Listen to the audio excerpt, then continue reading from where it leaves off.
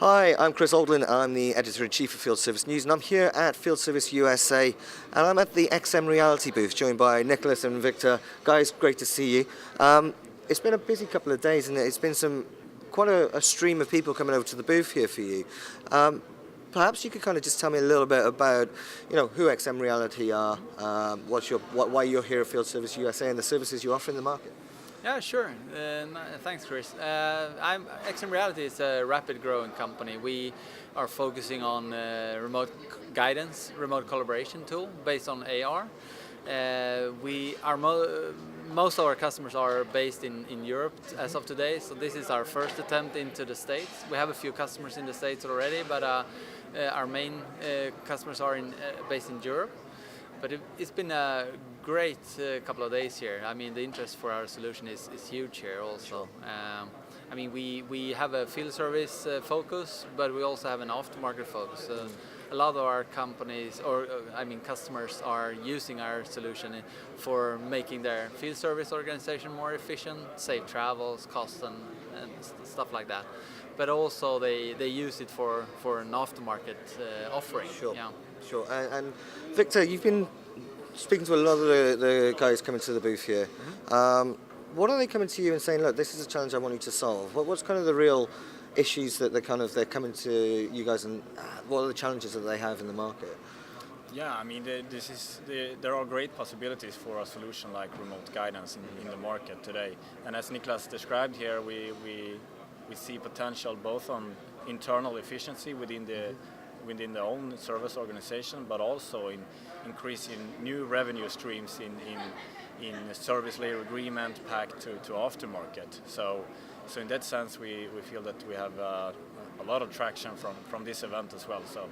Excellent. Okay, and gentlemen, I believe you're going to give us a demonstration of the product. It's always great to talk about the many layers of improvement in efficiency, and also new revenue streams, new service models that augmented reality have. And we've talked about this quite a lot at Field Service News, but it's always better to actually see the products in the real life. So you're going to give us a demonstration of this, guys? Yeah, of course. Okay, so in the demonstration here that the guys are giving on their booth, they basically had two stations set up. One of those stations was to represent the field worker, and the other station was to represent the specialist logging in from a remote location. The remote specialist is able to see what the engineer is seeing through a live video link. Now, for reference, during the demonstration, Nicholas, who's taken on the role of the field engineer, is using a pretty standard consumer Android smartphone. And he's also working on the local 3G mobile internet that's available here in Palm Springs in the USA. Victor, on the other hand, he's connected to the conference Wi-Fi, which again isn't super high speed, it's pretty bog standard, and he's using some XMReality proprietary hardware, which is basically a camera setup, and that's what's allowing him to interact with Nicholas's live video stream and add a second layer of live video based information.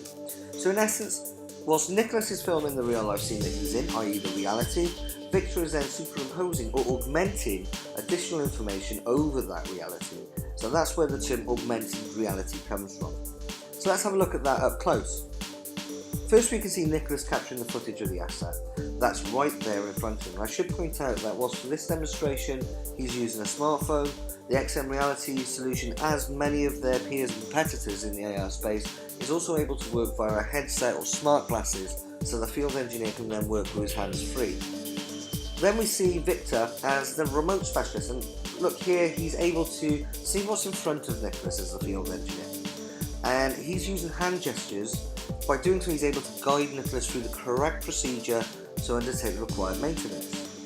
Victor's hand gestures are then overlaid into the live video stream, so Nicholas can now see exactly what steps he needs to take to complete the maintenance or repair or implementation, etc.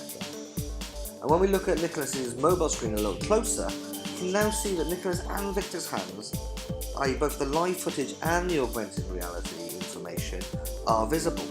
And this is key because this makes it very easy to ensure there's practically zero room for misunderstanding or misinterpretation.